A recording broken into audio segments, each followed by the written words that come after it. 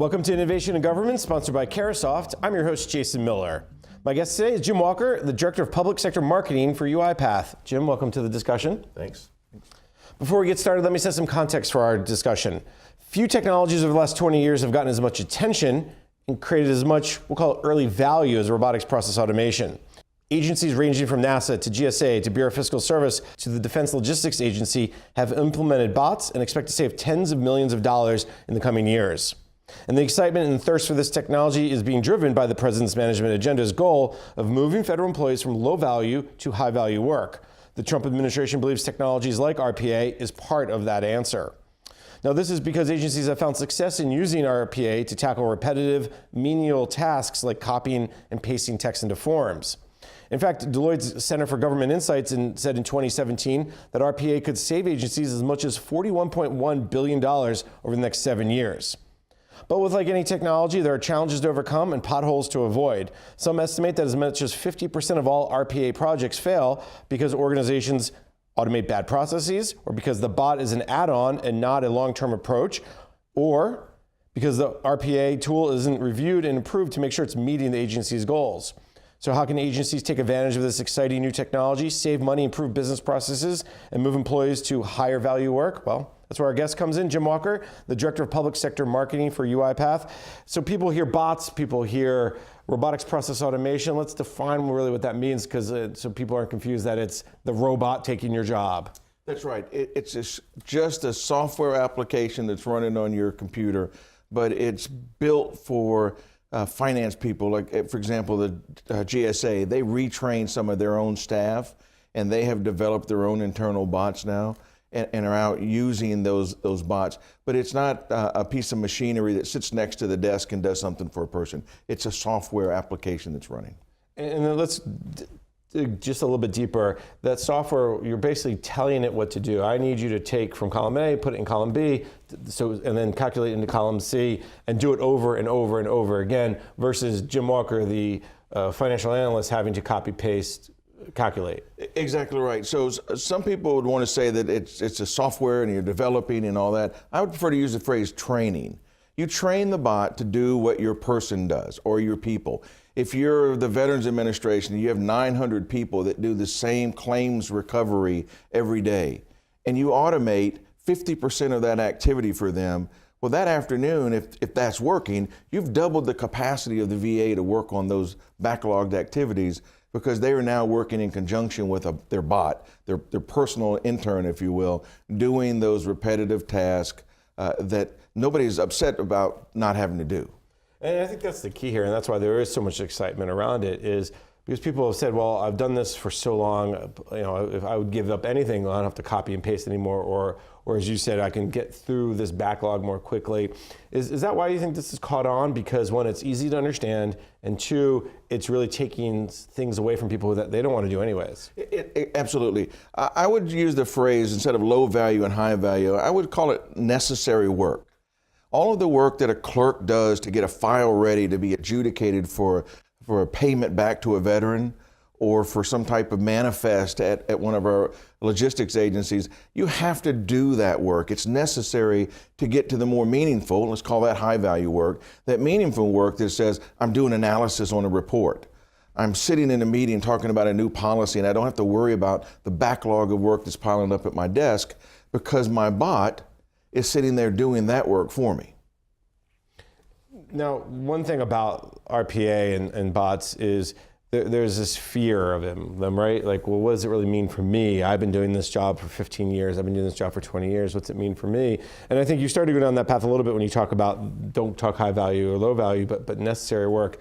Are you seeing agencies recognize, and that's why bots are becoming more popular, becoming something that's more easily accepted? Because I mean, you've been in this a long time. We've talked about different technologies for years, and people go, well, I don't know about that, or well, I'm not sure about that. But for RPA, at least from my perspective, they've seemed to jump in much cleaner, both feet and down waist deep, and let's get going. Right. So there's always a fear of the change that's coming into a work environment. And yet when you think about it, all we've ever had in a work environment is change, right? We don't have the Navy, the U.S. Navy doesn't float around with big masts and ships anymore, right? Columbus floated over on a 97-foot ship. An aircraft carries over 1,000 feet now, 5,000 people versus 50. All kinds of technology on that ship. When we learned how to get out of sailing and how to self-propel a ship, we didn't lose anything, we gained. And I think you would find over time, we got rid of telephone operators. Sure we did. And now we have all kinds of people that are not only in the phone industry, but they're in the side issues of that, of making new phone cases and new cup holders for your phone, all kinds of new things that can be developed. But if it's your job today, you understandably are saying, well, where am I in that? Let's talk about some of the benefits of RPA. It's catching on. I brought up the high level cost savings and moving people to better value work, but those are the obvious ones. Maybe talk me through some of the maybe less obvious ones that are beneficial. Yeah, take an Army aviation depot. They are processing helicopters every day, taking them apart, putting them together, inspecting the parts, and refurbishing that helicopter. If you could refurbish that helicopter in half of the time that you're doing it today, it would be better for the Army. There would be more aircraft out doing Army activities and mission support. What we see is in logistics places is the staff spend most of their day checking for a part. And if the part's not on hand, they're ordering the part. And if that part's not in the supply room, they've got to then order it downrange. Why not just tell the bot, here are the parts that I need. If they're on hand, order them and bring them to us. If they're not, tell the supply guy I need more. If not, automatically order when you get below a certain threshold. And so then the person who is sitting there looking at a part has a lot of time to look at that part and say, serviceable or not serviceable.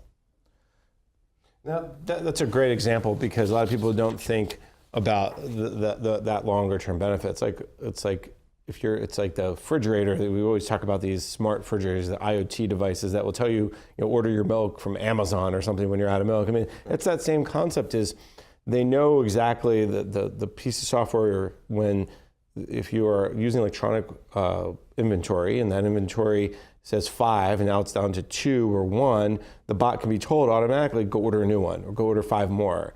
And that way you always kind of have that cycle going versus, oh, Jim, I forgot to tell you to order that new part. All right, we'll get it in a week. And I think that gets lost sometimes in the discussion. How do you kind of explain that to the users? Like, is that an easy explanation?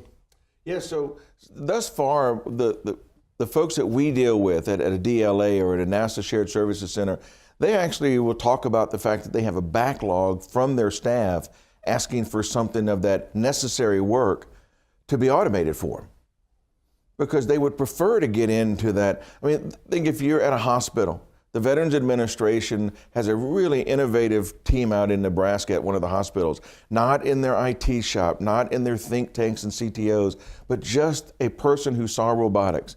And he said, I have a problem. Congress is passed the legislation that allowed veterans to go downtown.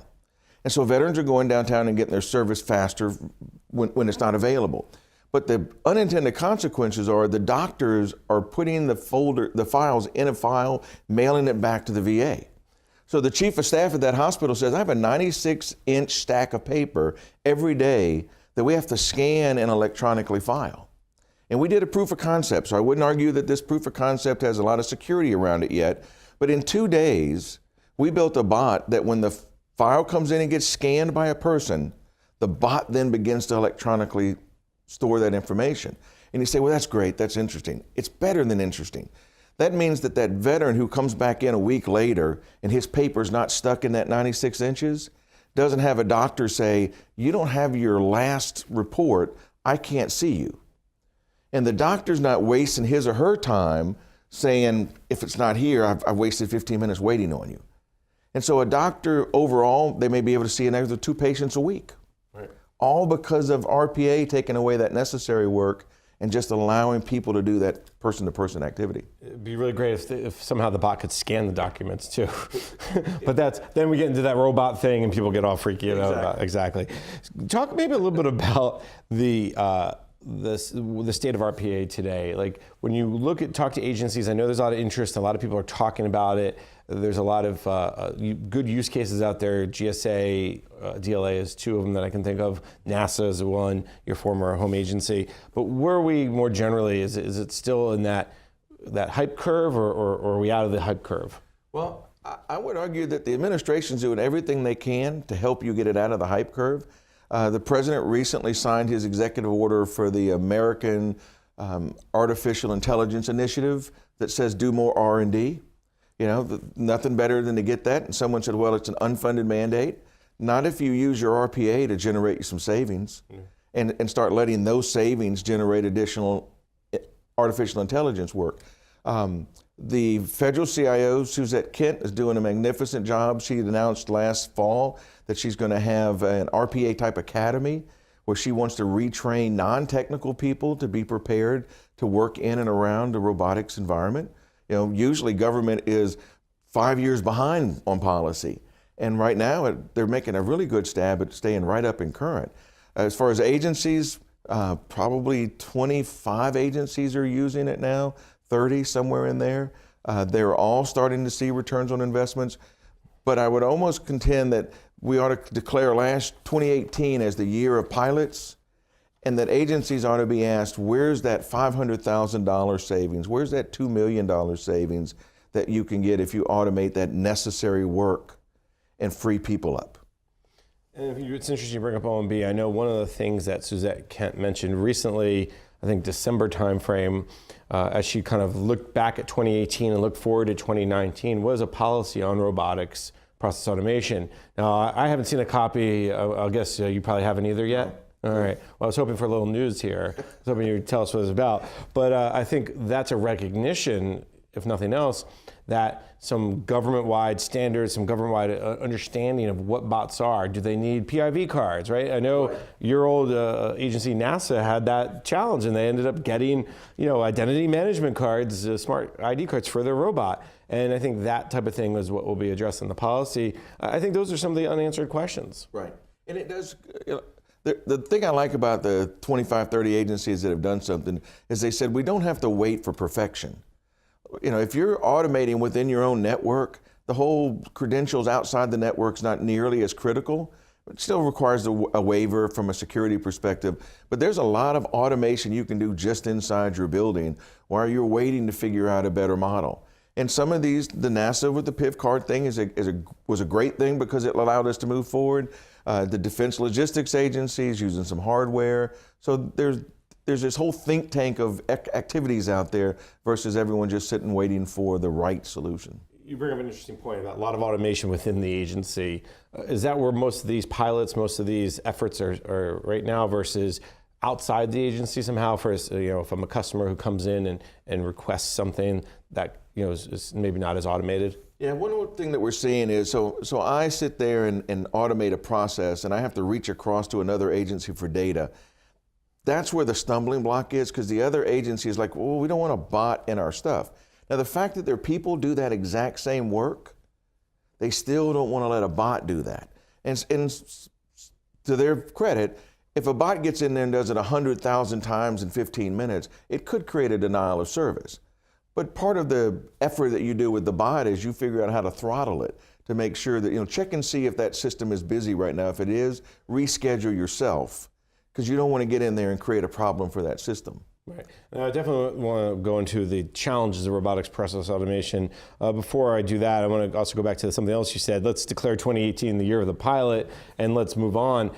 Did you get a sense that so many pilots happened over the last year and a half, that agencies have a good understanding of what this technology is, what it can do, and most importantly, as I said, where to apply it smartly? I definitely think they figured out it's going to run securely on their networks. It's not going to go off and do its own thing. I heard that over and over, and I'm like, it's going to take over my network. Right. It has no way to not do what it's told to do. Now, if you don't test it, well, but you test your other software today, and you look for all types of different anomalies. So if you test it right, it's proven out that it's going to run securely on government networks. And so it is an opportunity to finally sit down and say, let's don't save $50. Let's really find and save dollars for the agency that, in the case of the AAII executive order, we can repurpose dollars into doing even more with artificial intelligence and bringing it into the system. All right, very good. Let's take a quick break. When we come back, we will jump into those potholes a little bit and tell people what to avoid. You're listening to the discussion Innovation in Government, sponsored by Carasoft on Federal News Radio, part of the Federal News Network.